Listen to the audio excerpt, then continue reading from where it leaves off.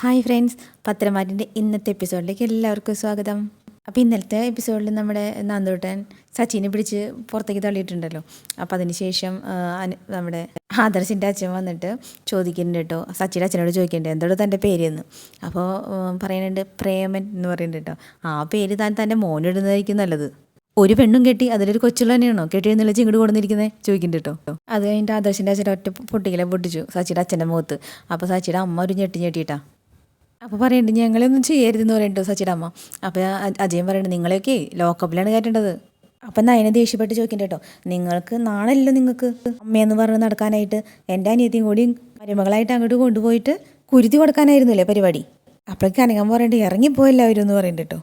അപ്പോഴേക്ക് ആദർശ് സച്ചിയുടെ പിന്നാലെ വന്നിട്ട് ചോദിക്കുന്നുണ്ട് നീ ഇങ്ങനത്തെ ഒരുത്തനായിരുന്നു അല്ലേ, എന്നിട്ടാ എൻ്റെ അനിയൻ പെണ്ണുങ്ങളെ ശല്യം ചെയ്യുന്നതെന്ന് പറഞ്ഞിട്ട് നീ അവനെ തല്ലിയത് അല്ലടാ. അപ്പോൾ സച്ചി പറയുന്നുണ്ട് കേട്ടോ, ഞാൻ ലോക്കപ്പ് മർദ്ദനം നടത്തിയെന്ന് പറഞ്ഞത് ശരിയാ, ബാക്കി കേട്ടതൊന്നും ശരിയല്ല. അപ്പം നന്ദുട്ടൻ പറഞ്ഞിട്ടാ ദേ ഇനി നടന്നതൊക്കെ നീ നിഷേധിച്ചാ നിന്നെ ഞാൻ വെറുതെ വിടില്ല. അപ്പോഴേക്കും അച്ഛനും അമ്മയും അങ്ങോട്ട് വന്നിട്ട് സച്ചിയുടെ. അപ്പം നന്ദുട്ടൻ പറയേണ്ടത് ഇയാളെ വളർത്തി വലുതാക്കി അച്ഛനും അമ്മേനെയും കൊണ്ടുപോകണില്ല കേട്ടോ, ശരിക്കും രണ്ടുപേർ ഒപ്പം കൊണ്ടുപോയി ലോക്കപ്പിലിടേണ്ടതാ. സച്ചിയോട് പറയണ്ട കയറടോ എന്ന് പറയണ്ട. അപ്പോൾ സച്ചി മുന്നിലത്തെ ഡോറ് തുറക്കാൻ നിൽക്കുകയാണ്.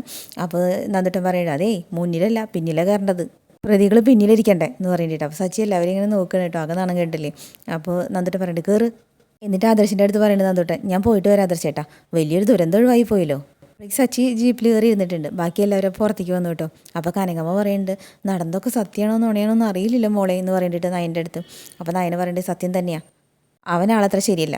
അപ്പം നവീൻ അവിടെ നിൽക്കുന്നുണ്ട് കേട്ടോ. നവീൻ പറയേണ്ടത് സച്ചിയുടെ അടുത്ത് അതേ ഈ കേസ് എങ്ങാനും കോടതിയിൽ എൻ്റെ മുന്നിൽ വന്നാ നിന്നെ അവിടെ ഇട്ട് വട്ടം കറക്കും ഞാൻ, ഇനി ആരും ദ്രോഹിക്കാതിരിക്കാൻ കുറേ കാലം ജയിലിലും കിടത്തും. അപ്പം നന്ദുട്ടൻ പറയണ്ടോ വേറൊരു നാടായി പോയില്ലേ നവീനേട്ടാ, ഇല്ലെങ്കിൽ നവീനേട്ടൻ എന്നെ കേസ് ഏറ്റെടുക്കായിരുന്നു. അപ്പം നവീൻ പറയണ്ടോ ഇപ്പോഴും അതിന് തടസ്സമൊന്നുമില്ല, നന്ദു വിശ്വാസവഞ്ചനയ്ക്ക് ഒരു കേസ് ഫയൽ ചെയ്താൽ മതി, ഇവൻ സത്യങ്ങൾ മറച്ചു വെച്ചിട്ട് ഇതുവരെ കാര്യങ്ങൾ കൊണ്ടെത്തിച്ചില്ലേ, അങ്ങനെ ഒരു കേസ് കിട്ടിക്കഴിഞ്ഞാൽ കോടതിയിലിട്ടിട്ട് ഇവനെ ഞാൻ വറുത്ത് കോരിക്കോളാം. അപ്പം നന്ദുട്ടൻ ഒന്ന് നോക്കുക മാത്രം ചെയ്തുട്ടാ, എന്നിട്ട് വേഗം കയറി ജീപ്പിൽ കയറിപ്പോയി. അപ്പോൾ ആദർശ് തിരിഞ്ഞിട്ട് അച്ഛൻ്റെ അമ്മയുടെ അടുത്തും പറയണ്ടിട്ടാ മോനും കൊള്ളാം അച്ഛനും കൊള്ളാം അമ്മയും കൊള്ളാം എന്ന് പറയുന്നുണ്ട്. അപ്പോൾ ആദർശിൻ്റെ അച്ഛൻ പറയണ്ട ഒന്ന് പൊട്ടിച്ചിട്ടുണ്ട് ഇയാളുടെ കാരണത്ത്. അച്ഛൻ പൊട്ടിച്ചു അല്ലേ, അത് വേണമായിരുന്നു. എന്നിട്ട് പറയണ്ടേ ദേ വേഗം വന്ന കാറിൽ തന്നെ തിരിച്ചു കിട്ടോ, ഇതേപോലെ വേറെ ആരും പറ്റിക്കാൻ നിൽക്കരുത് കേട്ടോ എന്ന് പറയുന്നുണ്ട് കേട്ടോ. അപ്പോൾ സച്ചിയുടെ അച്ഛൻ പറയണ്ട ഒരു അബദ്ധം പറ്റിപ്പോയി വാടി എന്നും പറഞ്ഞിട്ട് അമ്മേനെയും കൂട്ടിയിട്ട് വേഗം കയറിപ്പോയി. അപ്പോൾ ആദർശ് തിരിച്ചു കയറി വന്നിട്ട് നന്ദുവിൻ്റെ അച്ഛൻ്റെ അടുത്ത് പറയണ്ട കേട്ടോ, അങ്ങനെ കുറേ നാളായിട്ടുള്ള നന്ദുവിൻ്റെ ടെൻഷൻ അവസാനിച്ചു.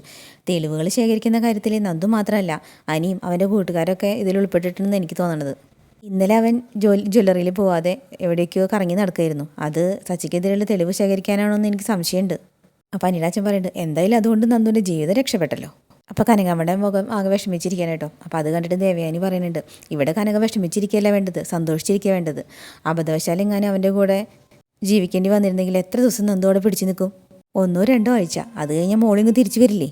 അപ്പോൾ അതിനിടയ്ക്ക് ജലജ വീണ്ടും പറയുന്നുണ്ട് കേട്ടോ നീ പ്രാർത്ഥിക്കുന്നുണ്ടാവില്ലേ കനകെ മറ്റേ 2 മക്കളെ പോലെ നന്ദുവും അനന്തപുരിയിലെ മരുമകളാവണമെന്ന്. അപ്പോൾ കനകാമ്മൻ ദേഷ്യം വന്ന് നോക്കണം കേട്ടോ. അപ്പോൾ പറയുന്നുണ്ട് വേറൊന്നും കൊണ്ടല്ല, നീ ആ ബന്ധത്തെ എതിർക്കുന്നുണ്ടെങ്കിലും വേറൊരു ബന്ധം നടക്കുന്നില്ലല്ലോ, അതുകൊണ്ട് ഇനി കറങ്ങി തിരിഞ്ഞ് അത് തന്നെ സംഭവിക്കുമെന്നൊരു ഭയം.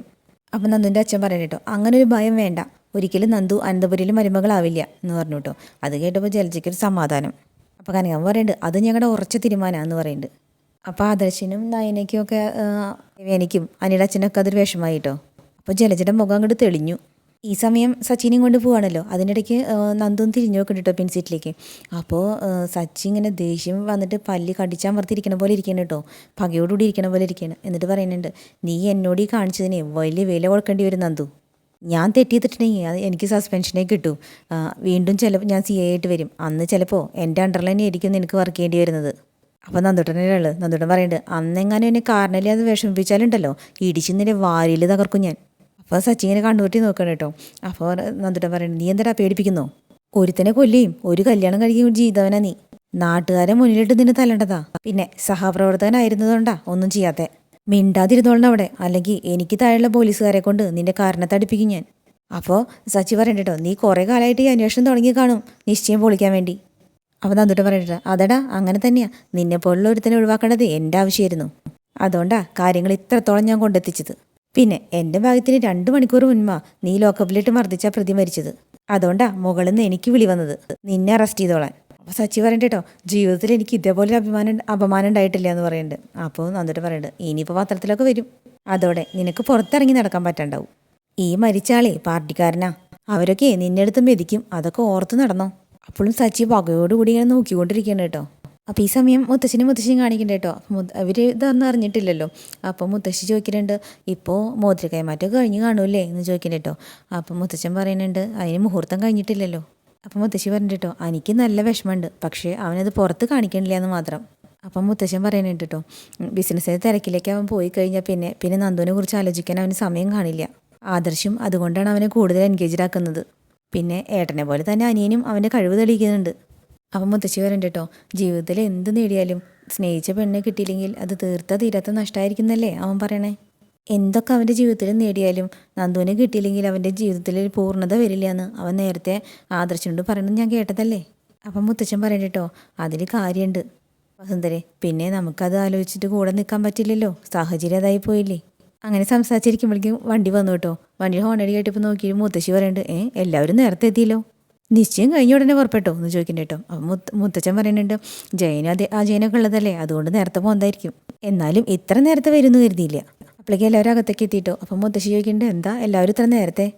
അപ്പോൾ ആദർശിൻ്റെ അച്ഛൻ പറയുന്നുണ്ട് കേട്ടോ, നിശ്ചയം മുടങ്ങി കഴിഞ്ഞാൽ പിന്നെ അവിടെ നിൽക്കേണ്ട കാര്യമില്ലല്ലോ എന്ന്. അപ്പം മുത്തശ്ശി എണീറ്റിട്ട് ആകെ അന്തം വിട്ട് നോക്കുകയാണ്. എന്നിട്ട് മുത്തശ്ശി ചോദിക്കുന്നുണ്ട്, എന്താ നീ പറഞ്ഞത്, നിശ്ചയം മുടങ്ങിയോ? അപ്പോൾ ആദർശാണ് കേട്ടോ പറയണത്, മുത്തശ്ശ അവനുണ്ടല്ലോ, ആള് നമ്മളെ അബിയെ പോലെ ഒരുത്തനാ, ക്രിമിനൽ കേസിലെ പ്രതിയാ, പോരാത്തതിന് പെണ്ണ് കേസുണ്ട്. അപ്പോൾ മുത്തശ്ശി ഇങ്ങനെ പരിഭ്രമിച്ച് നോക്കണം കേട്ടോ. അപ്പോൾ അതിനിടയ്ക്ക് ജലജ ചോദിക്കുന്നുണ്ട്, ഛേ അവിടെ എന്തിനാടാ അബിയനെ കൂട്ടി കെട്ടണത്, അബിയേക്കാളും ഇപ്പോൾ പെണ്ണ് കേസിൽ പെട്ടിരിക്കേണ്ടത് നീയല്ലേ ആദർശേ. അപ്പോൾ എല്ലാവരും എന്തൊക്കെയോ പറയണമെന്നുണ്ട് കേട്ടോ, പരസ്പരം അങ്ങനെ നോക്കുകയാണ്. അപ്പോൾ അതിൻ്റെ ഇടയ്ക്ക് ദേവയാനി പറയുന്നുണ്ട്, അതൊക്കെ വീട് ജലജേ, അതേപറ്റിയൊന്നും നീ കൂടുതൽ സംസാരിക്കണ്ട, എന്തായാലും നന്ദുവിൻ്റെ മനസ്സ് പോലെ തന്നെ നിശ്ചയം മുടങ്ങി. അപ്പം അനിയുടെ അച്ഛൻ പറയുന്നത് കേട്ടോ, നന്ദു തന്നെയാണ് നിശ്ചയം മുടക്കിയത്, നിശ്ചയത്തിന് അണിഞ്ഞൊരുങ്ങി സാരി എടുത്ത് വരേണ്ടവള് കാക്കിയിട്ടുണ്ടാ വന്നത്, നന്ദുവിൻ്റെ മുകളിലെ ഓഫീസറേനെ അറസ്റ്റ് ചെയ്ത് കൊണ്ടുപോകാൻ. അപ്പോൾ ജയൻ പറയുന്നുണ്ട്, ഞങ്ങൾ കരുതിയത് അച്ഛൻ വാർത്തയിലൂടെ ഇതൊക്കെ അറിഞ്ഞു കാണുമെന്നാ. അപ്പോൾ ആദർശ് പറയുന്നുണ്ട് കേട്ടോ, മുത്തശ്ശ ടി വിയിലൊക്കെ വന്നു കഴിഞ്ഞ വാർത്തയാ, അവനിപ്പോഴേ ഒരു കൊലക്കേസിലെ പ്രതിയാ, അവൻ ലോക്കപ്പിലിട്ടൊരു പ്രതി മരിച്ചുപോയി, വർദ്ധിച്ചൊരു പ്രതി മരിച്ചുപോയി, പിന്നെ അവൻ നേരത്തെ ഒരു കല്യാണം കൂടി കഴിച്ചവനാ. അപ്പോൾ മുത്തശ്ശി ആദർശിൻ്റെ അടുത്ത് വന്നിട്ട് ചോദിക്കുന്നുണ്ട് കേട്ടോ, നേരാണോ മോനെ ഈ പറഞ്ഞതൊക്കെയെന്ന്. അപ്പോൾ ദേവയാനി പറയുന്നത്, നേരായതുകൊണ്ടാണല്ലോ ആ CI പോലീസ് വാഹനത്തിൽ തലയും താഴ്ത്തി പോയത്, SI തന്നെ CIനെ അറസ്റ്റ് ചെയ്ത് കൊണ്ടുപോയിരുന്നു.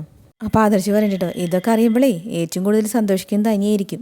അപ്പോൾ ജലജ പറയുന്നുണ്ട് കേട്ടോ, ഇതിൻ്റെയൊക്കെ പിന്നിലേ അനിയും നന്ദും കളിച്ചിട്ടുണ്ടോയെന്നാ എൻ്റെ സംശയം. അപ്പോൾ ആദർശ് ചോദിക്കുന്നുണ്ട് കേട്ടോ, അങ്ങനെ കളിച്ചിട്ടുണ്ടെങ്കിൽ അവനൊരു CI അല്ലേ, അവന് തെളിയിക്കാൻ പറ്റുമല്ലോ, പിന്നെന്തിനാ പോലീസ് വാഹനത്തിൽ കയറി തലയും താത്തി കൊണ്ട് പോയത്. അപ്പോൾ മുത്തശ്ശൻ പറയുന്നുണ്ട് കേട്ടോ ജലജയുടെ അടുത്ത്, നിൻ്റെ മോൻ അതുപോലൊരു കുഴപ്പക്കാരനായതുകൊണ്ടാണ് നീ ഇതിനൊക്കെ ഇങ്ങനെ ന്യായീകരിക്കുന്നത്.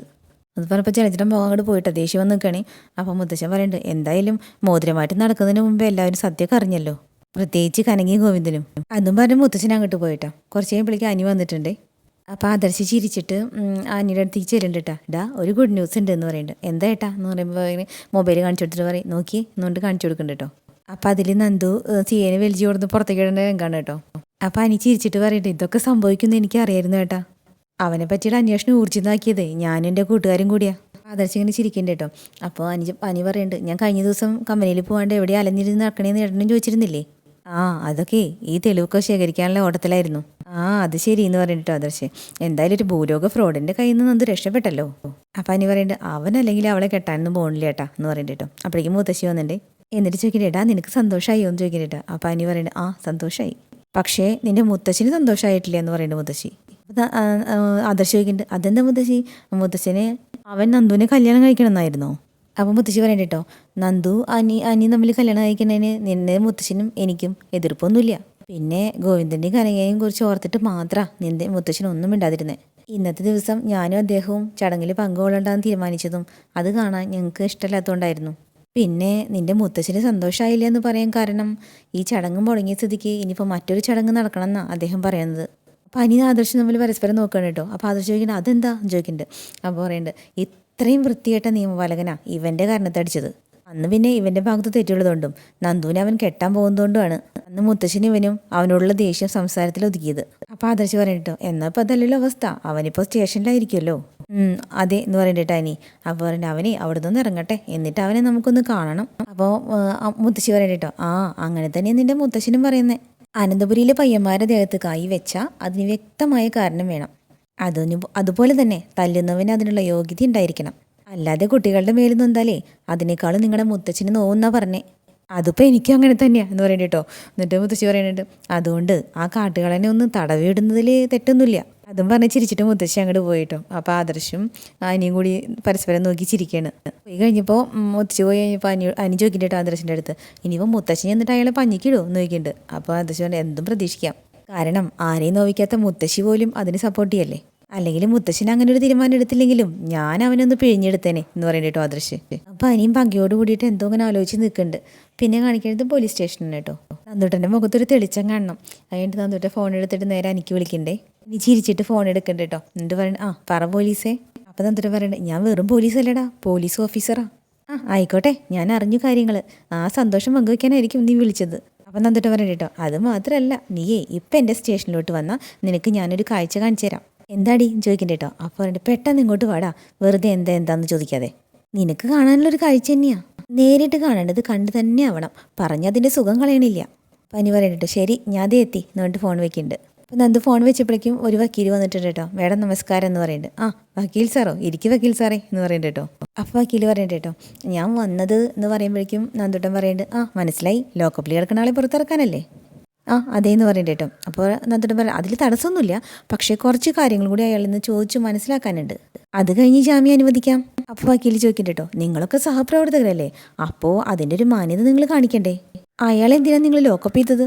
അപ്പം നന്ദുട്ടൻ പറയുന്നുണ്ട് കേട്ടോ, കാക്കിയിട്ടവർ തെറ്റിയതാ, കൂടുതൽ ശിക്ഷ കൊടുക്കണമെന്നാ ഞാൻ പഠിച്ചത്, നിയമം മനസ്സിലാക്കിയവരെ നിയമം തെറ്റിക്കുന്നതാണ് എൻ്റെ കണ്ണിൽ ക്രിമിനൽ കുറ്റം. അപ്പോൾ വക്കീൽ ചോദിക്കുന്നുണ്ട് കേട്ടോ, ഇതൊക്കെ പറയാമെങ്കിലും നമ്മൾ പരസ്പരം ധാരണയോട് കൂടിയിട്ടല്ലേ പോകുന്നത് മേഡം. അങ്ങനെ പോണവരുണ്ടായിരിക്കും, പക്ഷേ എനിക്കത് ശീലമില്ല. അപ്പോൾ വക്കീൽ പറയുന്നുണ്ട്, ശരി, എന്തായാലും ചോദിക്കേണ്ട കാര്യങ്ങളൊക്കെ ചോദിച്ചിട്ട് അയാളെ വിട്ടുതരാൻ നോക്ക്. സാറ് പുറത്ത് വെയിറ്റ് ചെയ്തോളൂ, ബാക്കി കാര്യങ്ങളൊക്കെ ഞാൻ നോക്കിക്കോളാം എന്ന് പറയുന്നത് നന്ദുട്ടൻ. അപ്പോൾ വക്കീൽ അങ്ങോട്ട് പുറത്തേക്ക് എനിക്ക് പോയി. ഈ വക്കീൽ തിരിഞ്ഞിട്ടൊന്ന് ചോദിക്കണ്ട കേട്ടോ, അയാളെ തല്ലിയിട്ടൊന്നുമില്ലല്ലോ എന്ന് ചോദിക്കുന്നുണ്ട്.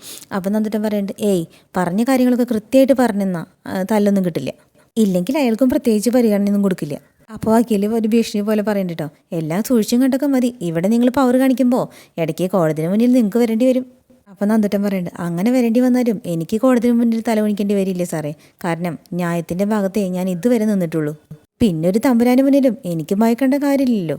ആയിക്കോട്ടെ എന്ന് പറഞ്ഞിട്ട് വക്കീലൊരു തല കുലുക്കിയിട്ട് അങ്ങോട്ട് പോയിട്ടോ. അപ്പോഴേക്കും നമ്മുടെ അനി എത്തിയിട്ടുണ്ടേ. അപ്പോൾ ഓടി വന്നിട്ട് മുമ്പിൽ വന്നിട്ട് ചോദിക്കണ്ട കേട്ടോ, നന്ദു എന്താ വരാൻ പറഞ്ഞേ, നിനക്ക് കാണേണ്ട കാഴ്ച കാണണ്ടേ, അങ്ങനെ ഒരു കാഴ്ച നിന്നെ കാണിത്തരിക എന്നുള്ളത് നിന്നേക്കാളുപരി എൻ്റെ ആവശ്യമായിരുന്നു. അപ്പോൾ അനി പറയണ്ട കേട്ടോ, അവനെ പൊക്കിക്കൊണ്ട് വന്നു എന്നറിഞ്ഞായിരുന്നു. അപ്പം നന്ദു പറയണ്ട കേട്ടോ, നിന്നെ അന്ന് അറസ്റ്റ് ചെയ്ത് കൊണ്ടുവന്നപ്പോഴേ ലോക്കപ്പിൽ കിടത്തരുതെന്ന് ഞാൻ പറഞ്ഞതാ, എന്നിട്ട് അന്ന് DYSPയുടെ മിന്നൽ പരിശോധന ഉണ്ടാവുമെന്നും അപ്പോൾ പ്രതിനെ പുറത്തിരുത്തിയ അയാളുടെ ജോലി തെറിക്കുന്നൊക്കെ പറഞ്ഞാ അയാൾ നിന്നെ ലോക്കപ്പിലിട്ടത്. അപ്പം അനി ചോദിക്കണ്ട കേട്ടോ, എന്തായാലും ഞങ്ങളുടെ അന്വേഷണം ഗുണം ചെയ്തല്ലോ അല്ലേ. അപ്പം നന്ദുട്ടൻ എന്നിട്ട് പറയട്ടോ, ഉറപ്പായിട്ടും, അതുകൊണ്ട് അവൻ്റെ ബാക്ക്ഗ്രൗണ്ട് കൃത്യമായിട്ട് നമുക്ക് മനസ്സിലാക്കാൻ പറ്റിയല്ലോ. അപ്പം അനി ചോദിക്കണ്ട കേട്ടോ, ഇപ്പോഴെങ്കിലും നിൻ്റെ അച്ഛനമ്മയ്ക്കും വല്ല മാറ്റമുണ്ടോ. അപ്പം നന്ദു പറയുന്നുണ്ട്, അവരുടെ മാറ്റത്തെ പറ്റിയല്ല നമ്മളിപ്പോൾ ചിന്തിക്കേണ്ടത്, തൽക്കാലം വലിയൊരു അപകടം ഒഴിഞ്ഞു പോയല്ലോ, അത് മഹാഭാഗ്യല്ലേടാ എന്ന് പറഞ്ഞിട്ട് അനി, എന്നാൽ പിന്നെ ഞാൻ അങ്ങോട്ട് നടക്ക് എന്ന് പറഞ്ഞിട്ട് നന്ദു മുമ്പ് പോകുന്നുണ്ട്. അത് കഴിഞ്ഞിട്ട് നമ്മുടെ സച്ചിനെ ലോക്കപ്പിൽ കിടത്തിരിക്കും കാണാനാണ് കേട്ടോ വിളിച്ചു കൊണ്ടുപോകുന്നത്. അവിടേക്ക് നേരെ ലോക്കപ്പിൻ്റെ മുമ്പിലേക്ക് കൊണ്ട് നിർത്തിയിട്ടുണ്ട്. അപ്പോൾ സച്ചിയാണെങ്കിൽ അവിടെ ഒരു കുനിഞ്ഞു കൂടിയിട്ട് തലയ്ക്ക് കൈയും കൊടുത്തിട്ട് ഇങ്ങനെ താഴ്ത്തിയിരിപ്പാണ് കേട്ടോ. എന്നിട്ട് ലോക്കപ്പിൻ്റെ അടുത്ത് വന്നിട്ട് CI സാറേ എന്ന് വിളിച്ചു കേട്ടോ. അപ്പോൾ സച്ചി ഇങ്ങനെ തലപ്പൊക്കി നോക്കി, സാറിനെ കാണാനൊരാൾ വന്നിട്ടുണ്ട്. ഇതാരാന്നുള്ള നിലയ്ക്ക് സച്ചി എനിക്ക് നിൽക്കുന്നുണ്ട് കേട്ടോ. അപ്പോൾ അതേ അനി വരുന്നു. അപ്പോൾ സച്ചിക്ക് ദേഷ്യം വന്നു കേട്ടോ. അപ്പോൾ അനി ഇങ്ങനെ മെല്ലെ അടുത്തേക്ക് വന്നിട്ട് ലോക്കപ്പിൻ്റെ അടുത്ത് ഇങ്ങനെ വന്നിട്ട് സലാം കൊടുക്കുന്നുണ്ട്, സലാം സാറേ എന്നും പറഞ്ഞിട്ട്.